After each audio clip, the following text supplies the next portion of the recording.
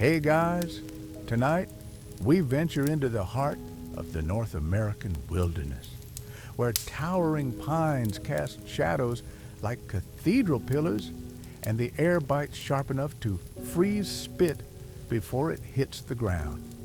You're about to step into a world where survival meant more than just swinging an axe. It meant building shelter that could withstand months of brutal winter, where one poorly chinked wall could mean the difference between waking up and never waking up at all. So, before you get comfortable, take a moment to like the video and subscribe, but only if you genuinely enjoy what I do here. And let me know in the comments where you're tuning in from and what time it is for you. It's always fascinating to see who's joining us from around the world. Now, dim the lights, maybe turn on a fan for that soft background hum, and let's ease into tonight's journey together. You stand at the edge of a clearing carved from virgin forest, your breath forming clouds thick as pipe smoke. The stumps around you tell the story of giants felled by human hands, their rings counting decades you'll never see. Behind you, the forest looms dark and endless, but ahead rises something that shouldn't exist in this wilderness, a structure built not by architects or engineers, but by men whose calloused hands knew wood better than their own names. The bunkhouse. It's not pretty. It's not supposed to be. The logs are thick as a man's waist, hewn flat on two sides with broad axes that weighed more than most people could lift. Between each timber, moss and clay have been packed tight enough to stop wind that could strip bark from standing trees. The roof sags slightly under the weight of split shingles, each one carved by hand during the brief summer months when such work was possible. You approach the heavy wooden door, its hinges forged in a camp blacksmith shop from iron hauled through miles of trackless forest. The latch is simple but solid, built to keep both cold and curious bears on the outside. As your hand touches the worn wood, you realize you're about to enter a world that existed entirely outside the reach of civilization, where men created their own rules for survival. Historical records from logging camps across the Great Lakes region tell us these structures housed anywhere from 20 to 60 men through winters that could last 7 months. They were built fast, built cheap, and built to last just long enough to strip the surrounding forest bare before moving on. But for the men who called them home, they represented something more precious than any mansion. They represented life itself. You push open the door and step inside. The smell hits you first. Wood smoke, unwashed wool, tobacco juice, and the shop scent of pine resin that never quite leaves lumber fresh from the saw. The air is thick enough to taste, heavy with the breath of men who worked 14-hour days and slept like the dead. The interior stretches before you, a single room perhaps 30 feet by 60 feet. No partitions, no privacy, no escape from the snores, coughs, and mutterings of your bunkmates. Along each wall, wooden platforms rise in tiers like the berths of a ship, each one barely wide enough for a man to lie flat. These are the bunks, and they'll be your world for the next 5 months. The construction is brutal in its simplicity. Planks of rough-sawn lumber rest on log frames with no springs, no padding, no consideration for comfort. A man's mattress was whatever he could scrounge. Hay if he was lucky, pine boughs if he wasn't, sometimes nothing but his own coat folded under his head. The lucky ones had brought blankets from home. The unlucky ones learned to sleep in their work clothes and pray their body heat would be enough. You run your hand along one of the bunks, feeling splinters catch at your palm. The wood is stained dark with years of sweat, tobacco juice, and things you'd rather not think about. Each bunk bears the marks of its occupants. Names carved with pocket knives, initials scratched deep into the grain, sometimes a date or a hometown spelled out in shaky letters by men who barely knew how to write. Near the center of the room, a massive cast iron stove squats like a hibernating bear. Its firebox could swallow logs 3 feet long, and its chimney pipe snakes upward through the roof, sealed with clay and hope against the inevitable leaks. This stove was the heart of the bunkhouse, the difference between survival and death on nights when the temperature dropped to 30 below. Around the stove, wooden benches and stools form a rough circle. Here, men would gather after the day's work to dry their clothes, mend their gear, and share stories that grew taller with each telling. The floor around the stove is scarred with burn marks where sparks escaped and tobacco juice missed its target. A coffee pot, black with age and abuse, sits permanently on the stove top, its contents thick enough to float a horseshoe nail, small and few. You notice the windows, their glass thick and wavy like the bottom of a bottle. They're positioned high on the walls, partly to keep heat in, and partly because lumber camps attracted men who sometimes had reasons to avoid being seen from outside. The glass is grimy with condensation and smoke, filtering the weak winter sunlight into something pale and ghostly. The walls themselves tell stories of their construction. Each log shows the marks of the tools that shaped it, the rhythmic scars left by draw knives and adzes. You can see where builders ran short of proper chinking material and stuffed gaps with whatever they could find. Scraps of cloth, old newspapers, even playing cards sacrificed to keep the wind out. Some gaps were filled with a mixture of clay, moss, and horsehair that hardened like concrete. Others were simply stuffed with rags and hoped for the best. Above your head, the ceiling is low enough that a tall man has to duck the exposed beams.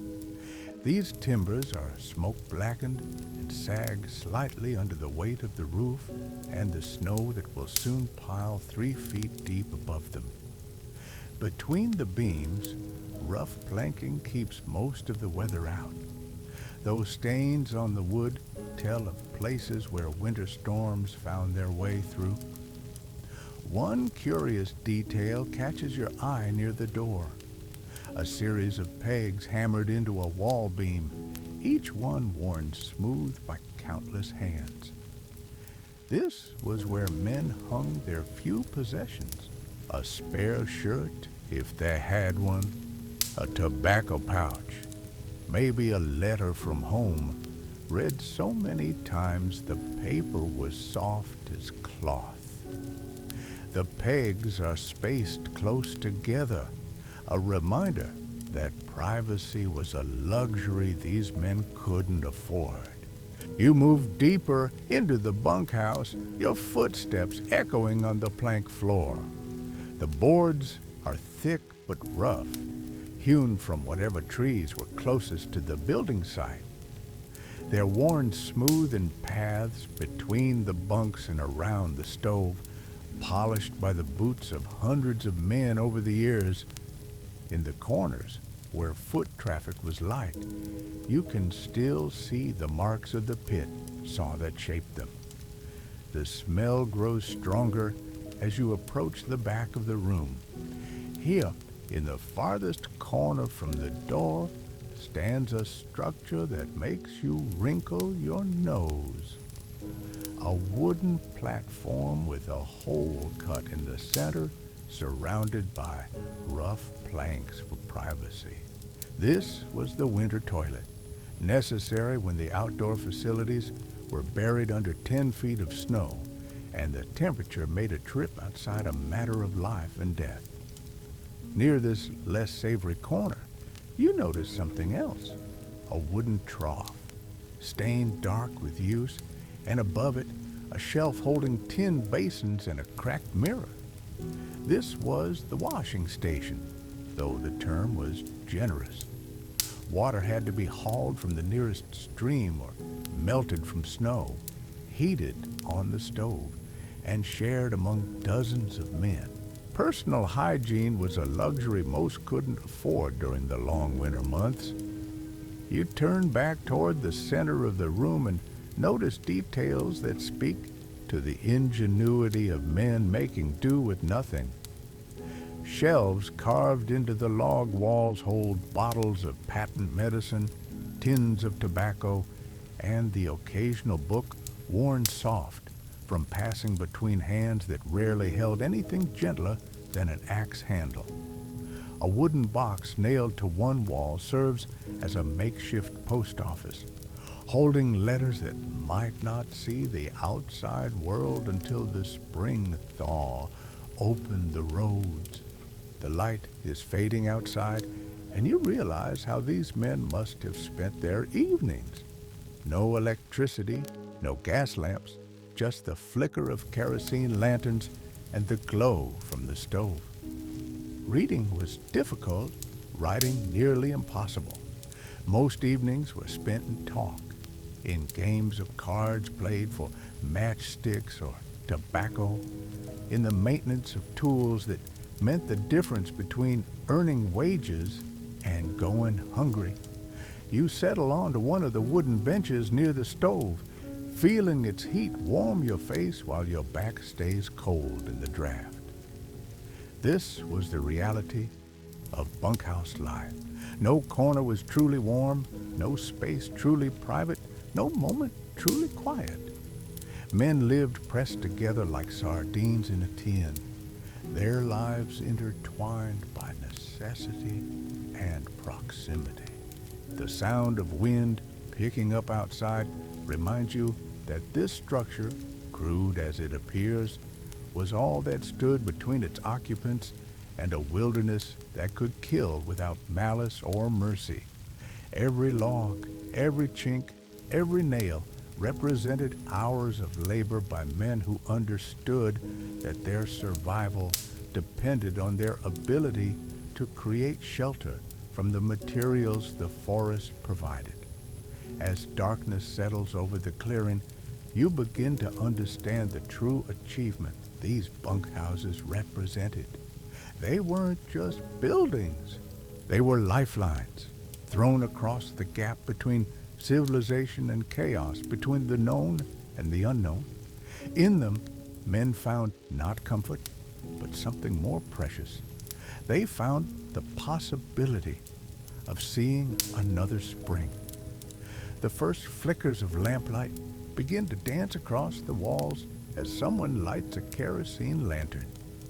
The flame wavers behind smoky glass, casting shadows that make the rough-hewn logs seem to breathe. You watch as more men filter in from the dying light outside, their boots heavy on the plank floor, their faces carved with the exhaustion that comes from wrestling trees taller than church steeples. They move with the practiced efficiency of men who've shared this space for months. Each knows his place, his routine, his small corner of survival. You see how they navigate around each other in the cramped quarters, a choreography born of necessity. One man hangs his coat on his designated peg, while another stokes the fire with wood split during the lunch break. A third checks the coffee pot, adding grounds black as the forest night. drum, the bunks fill slowly as men claim their sleeping spots. You notice how they've adapted to the lack of privacy. Conversations happen in lowered voices. Personal business conducted with the discretion of diplomats. A man changing his socks turns slightly away from his neighbors. Another reading a letter from home holds it close to his chest, shielding the words from curious eyes. You observe the unspoken hierarchy that governs this space. The foreman's bunk sits closest to the stove, positioned to catch the most heat and oversee the room. The newest arrivals find themselves relegated to the coldest spots near the walls, where frost forms on the logs, even with the fire burning. Veterans of multiple seasons claim the middle ground, their positions earned through survival rather than appointment. The construction details become clearer in the lamplight. You notice how the builders dealt with the challenge of creating level surfaces from crooked trees. Wooden wedges fill gaps between logs that refuse to lie flat. Smaller pieces of timber, called chinking blocks, bridge the spaces where large logs couldn't meet properly. Every gap represented a potential pathway for deadly cold, and the builders fought each one with whatever materials they could find. One fascinating aspect of the construction reveals itself in the corners. Here, the logs are joined with a technique called saddle notching, where each timber is carved to cradle the one beneath it. You run your fingers along these joints, feeling how the builders shaped each log to lock with its neighbors. No nails could be wasted on such connections. The wood itself had to provide the strength. The roof structure overhead shows similar ingenuity. Rafters hewn from straight pine trunks support a layer of rough sheathing. Above that, split cedar shingles overlap like scales on a fish, each one shaped by hand with a froe and mallet. The pitch is steep enough to shed snow and rain, but not so steep as to waste precious lumber on unnecessary height. You notice how the builders handled one of their greatest challenges: insulation. Between the inner and outer walls where space permitted, they stuffed anything that would stop air movement. Sawdust from the mill, if they had one. Moss gathered from the forest floor, sometimes even newspapers, though paper was precious enough that men hesitated to waste it on walls. The goal wasn't comfort, just survival, keeping the interior temperature above freezing on nights when wolves howled at 40 below. The windows present their own story of adaptation. Glass was expensive and fragile, difficult to transport through wilderness where roads were often nothing more than frozen streams. These panes are small and thick, set deep in frames hewn from solid logs. On the coldest nights, men would hang blankets over them, sacrificing light for warmth. Some windows show signs of repair with putty made from pine pitch and ash, a frontier glazing compound that kept the wind out if, as the evening, not the cold. See how the men have progresses? You adapted their routines to the limitations of their shelter. Water for washing comes from snow melted in pots on the stove. The lucky ones heat it warm enough to steam. Others make do with water just liquid enough to splash on their faces. Shaving becomes a weekly luxury, dependent on having enough warm water and light to see by. The laundry situation reveals itself in the clothes hanging from lines strung between the rafters. Wool socks steam gently in the heat rising from the stove. Long underwear, gray with age and hard use, dangles like ghosts in the smoky air. The smell of damp wool mingles with tobacco smoke and the ever-present scent of pine resin. Nothing ever gets completely clean, and nothing ever gets completely dry. You watch as men settle into their evening activities. Card games begin on rough wooden crates pressed into service as tables. The stakes are small but serious. Tobacco, matches, sometimes the promise of a favor when spring comes and the logs start moving downstream. Dice carved from wood or bone appear from pockets, their edges worn smooth by countless throws. Some men turn to the maintenance of their tools. Axe handles get sanded smooth where blisters have rubbed them rough. Saw teeth receive careful attention with files that are precious as gold in this remote place. A crosscut saw blade stretched between two men can take down trees 8 feet across, but only if every tooth cuts true. The sound of files on steel becomes a metallic lullaby in the lamplit room. Letters get written on whatever paper can be found using pencils worn down to stubs. The words are careful and sparse, each one chosen for maximum meaning. Paper costs money that many don't have, and every sheet must last until supply sleds can fight their way through spring mud to bring more. Men write about weather, about work, about how many trees they've felled. They rarely write about loneliness or fear or the way the wilderness presses against the walls like a living thing. The stove requires constant attention as the night grows colder. Men take turns feeding it logs that hiss and pop as the sap boils out.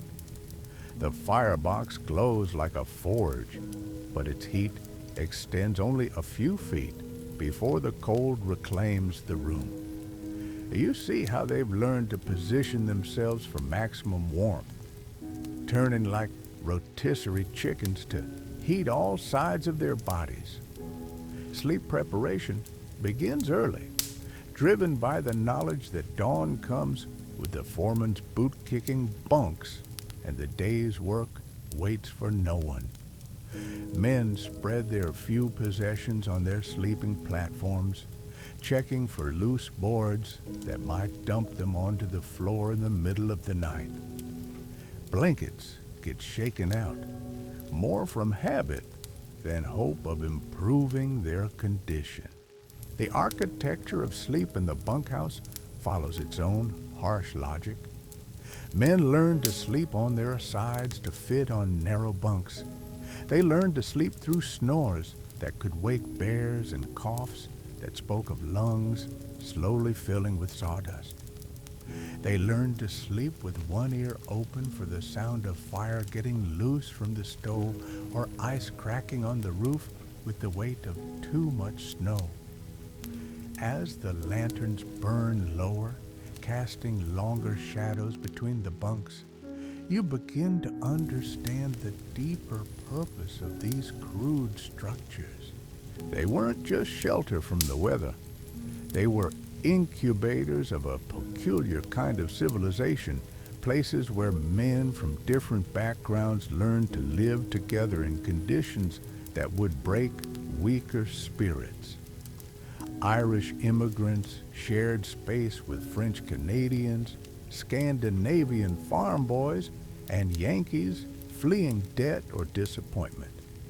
The bunkhouse becomes a crucible where differences get burned away by the simple necessity of survival. Arguments that might lead to bloodshed in town get settled with grudging respect here, because a man needs his neighbors when the alternative is freezing to death alone in the dark.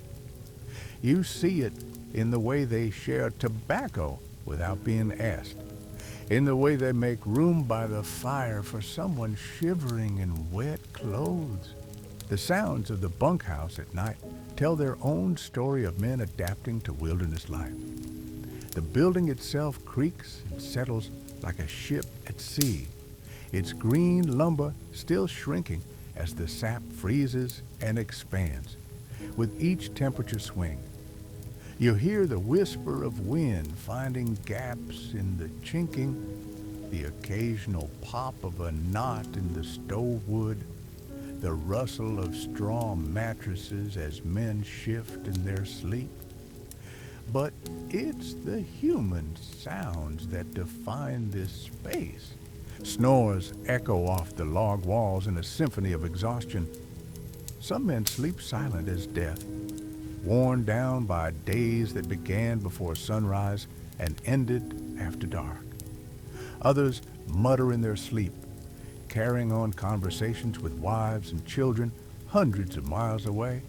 You catch fragments of different languages mixed with English, the mother tongues surfacing when conscious control slips away. The coughing starts around midnight and continues until dawn. It's the sound of lungs processing the fine sawdust that hangs in the air wherever trees are being felled and bucked. Some coughs are dry and sharp, others wet and rattling. The old-timers know which sounds mean a man will make it through the season and which ones mean he should start thinking about warmer climates before his lungs give out entirely. You notice how the temperature zones shift throughout the night. Near the stove, men sleep in their underwear despite the winter raging outside. 10 feet away, they pile on every piece of clothing they own and still wake with frost in their beards. The lucky ones in the middle ground find a sweet spot where they can sleep without either roasting or freezing. The stove itself requires a night watchman, though the duty rotates among men too restless to sleep or too new to claim a decent bunk. You watch as someone rises every few hours to feed the firebox, moving quietly through the darkness with the skill of long practice. The fire must never die completely because restarting it from scratch in the deep cold could take hours that frozen men don't have. Dawn arrives not with sunlight, which barely penetrates the thick forest even in summer, but with the sound of the foreman's boots on the plank floor and his voice cutting through the pre-dawn darkness. Daylight in the swamp, boys. Time to make some money. The ritual of waking begins with groans and curses as men force their bodies out of whatever warmth they've managed to accumulate during the night. The morning routine reveals the true ingenuity of men making do with nothing. Water for washing faces comes from melted snow heated in pots that serve double duty for cooking. Mirrors are few and cracked, but men manage to shave with cold water and soap made from wood, ash, and fat. Those who can't afford store-bought razors make do with knives honed sharp enough to peel bark. Breakfast happens around the same stove that provided warmth through the night. Oatmeal thick enough to stand a spoon in. Coffee strong enough to dissolve horseshoe nails. Sometimes bacon, if the supply sled made it through the latest storm. The cook, usually the oldest or most disabled logger still able to work, manages to feed 60 men from equipment that wouldn't serve a family of 4 back in civilization. You observe the morning inspection of tools and equipment that means the difference between productive work and dangerous accidents. Axe handles get checked for splits that could send a blade flying into someone's leg. Saw teeth receive attention from files that get sharpener with every use. Cant hooks and peavies, the tools that turn logs and keep them moving toward the river, get their points tested, and their handles examined for weakness. The clothing these men wear tells its own story of adaptation to extreme conditions. Wool is king here because it retains warmth even when soaked with sweat or snow. Cotton kills in this climate, holding moisture against the skin until hypothermia sets in. You see the layers they've learned to wear.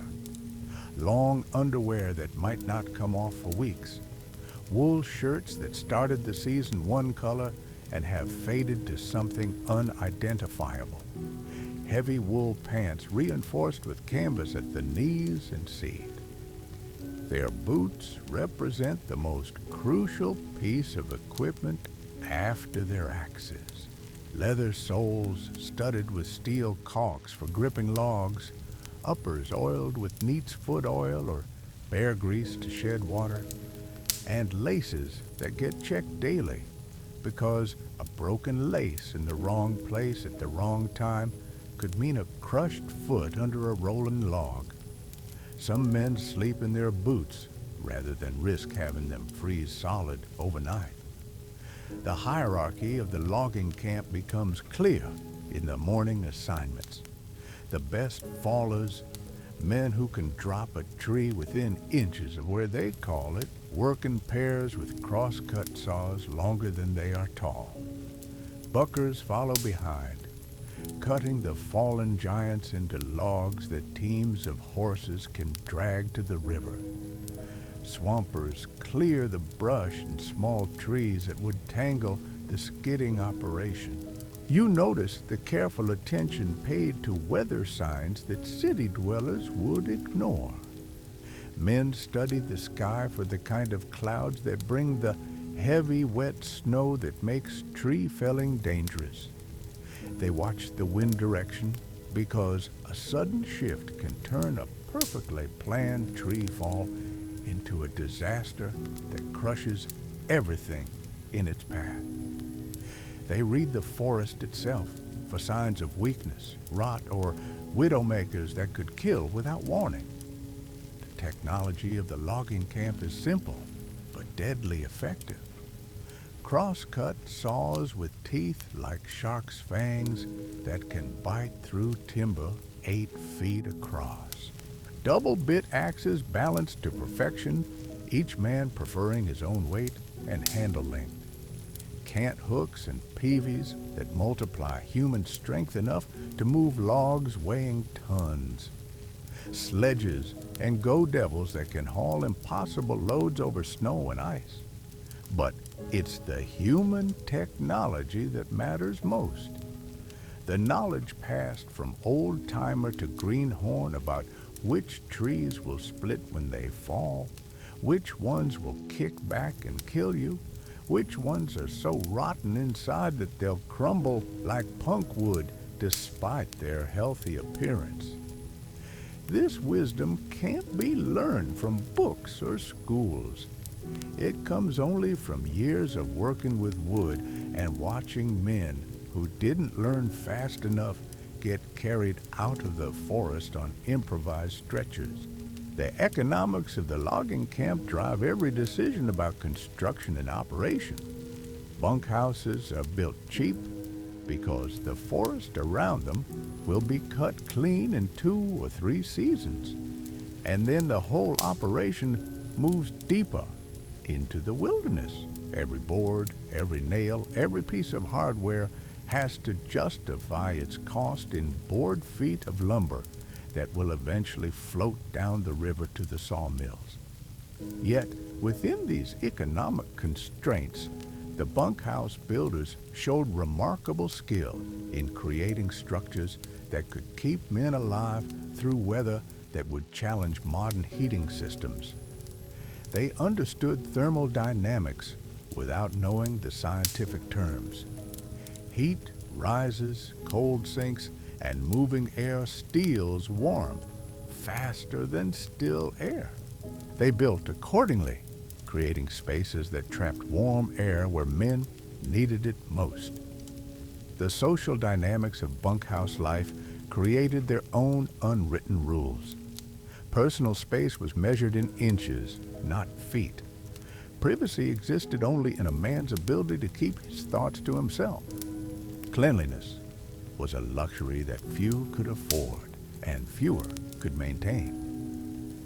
Yet somehow, men who might have been enemies in other circumstances learned to live together in peace, bound by their mutual dependence on each other for survival. Arguments still happened, of course. Men crowded together under stress will always find reasons to fight. But the smart ones learned to settle disputes with words rather than fists, because a man with a broken hand couldn't swing an axe, and a man who couldn't work didn't eat. The forest itself imposed a discipline that no foreman could match. You see evidence of the makeshift repairs and improvements that accumulated over a season of hard use.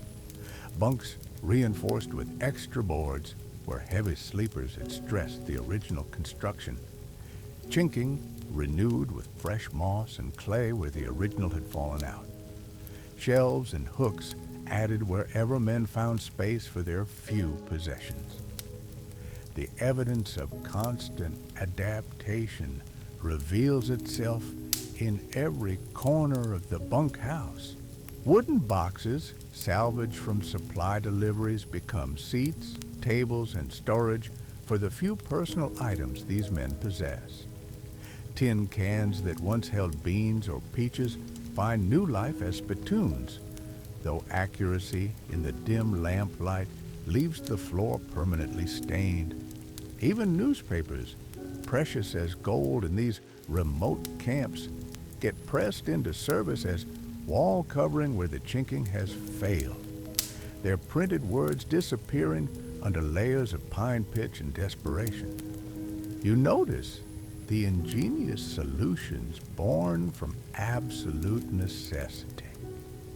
A length of telegraph wire, probably salvaged from a broken line, has been strung between rafters to create a clothesline for drying mittens and socks.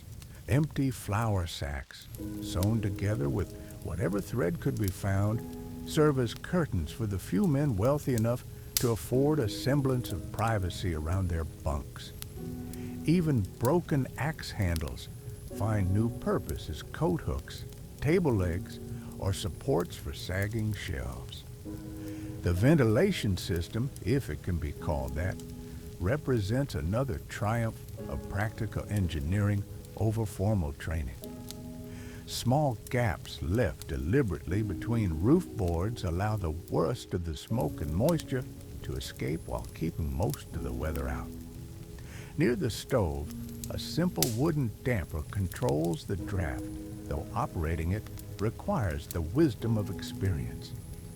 Too much air and the fire burns through expensive wood too quickly. Too little and the room fills with smoke that makes breathing an ordeal. You observe how the men have learned to read the subtle signs that spell the difference between comfort and catastrophe. Ice forming on the inside walls means the fire is losing its battle against the cold penetrating from outside. Condensation dripping from the ceiling warns of trouble with the roof or dangerous temperature differences that could lead to structural problems. The color of smoke from the chimney tells experienced eyes whether the fire is burning clean or whether moisture in the wood is wasting precious fuel. The sleeping arrangements reveal their own harsh mathematics. Each bunk measures roughly 6 feet long and 2 feet wide, dimensions that would challenge a coffin maker. Tall men sleep curled like question marks, their knees drawn up to fit the space. Short men fare better, but still struggle with the hard boards that offer no forgiveness for hip bones or shoulders. The lucky few who manage to acquire straw mattresses guard them like treasure. knowing that replacement materials won't arrive until the supply roads open in spring. Personal storage follows the same logic of scarcity that governs everything else in the camp. Each man's worldly possessions must fit in the space under his bunk or in a small wooden box that doubles as a seat.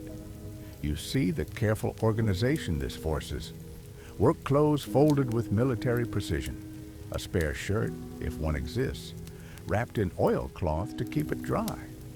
Letters from home tied with string and read so often the paper has gone soft as fabric. The hierarchy of bunks reflects not just social standing, but practical survival needs. Men with respiratory problems claim spots near the stove where the warmth might ease their breathing through the night. Those with injuries from falling branches or slipping axes position themselves close to the medical supplies, which usually consist of little more than whiskey and whatever patent medicines someone thought to bring from town. The youngest and newest workers find themselves assigned to the coldest spots, where they learn quickly that survival depends on toughness rather than sympathy. The medical realities of bunkhouse life cast a shadow over the roughest men. Accidents with axes and saws are common enough that most camps designate someone with rudimentary first aid skills to handle everything from splinters to severed fingers. You notice the bloodstains on the floor near one bunk where someone once received emergency treatment. The dark spots have been scrubbed but never fully removed, a permanent reminder of the dangers these men face daily. Dental problems plague men who haven't seen a dentist in years and won't see one again until they return to civilization. Toothaches get treated with whiskey and prayer, sometimes with extraction using whatever tools are available. The lucky ones carry oil of cloves for the pain. The unlucky ones simply endure until infection forces more drastic measures. You see men whose faces are swollen with abscessed teeth still working because the alternative is losing wages they can't afford to lose. The psychological toll of bunkhouse living shows itself in subtle ways that outsiders might miss. Men who once valued solitude learn to sleep surrounded by the sounds and smells of their fellow workers. Privacy becomes a mental exercise rather than a physical reality. Personal hygiene standards adjust to what's possible rather than what's preferred. The constant proximity to others wears on nerves already frayed by dangerous work and isolation from families. Yet, within these constraints, small communities form that often outlast the camps themselves. Men learn who can be trusted to share a last cigarette and who will steal food from another man's plate.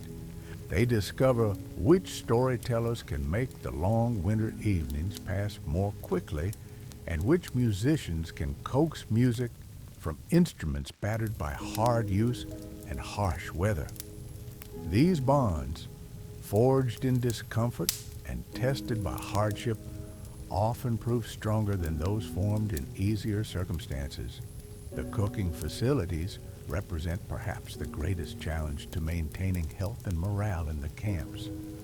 A single stove must serve for heating, cooking, and hot water for 60 men. Meals are necessarily simple and repetitive. Beans and salt pork form the backbone of the diet, supplemented by whatever preserved foods the supply sleds can deliver. Fresh vegetables are a memory from summer, replaced by sauerkraut and pickled items that won't spoil in the fluctuating temperatures. Water remains a constant concern throughout the winter months. The nearest stream may freeze solid, forcing men to melt snow in whatever containers they can find. The process is slow and fuel-consuming, making every drop precious. Washing becomes a luxury reserved for the end of the week, if then. Coffee gets made with whatever water is available, regardless of its clarity or taste. The men learn to strain it through cloth and pretend not to notice what gets filtered out. The lighting situation creates its own set of challenges and adaptations.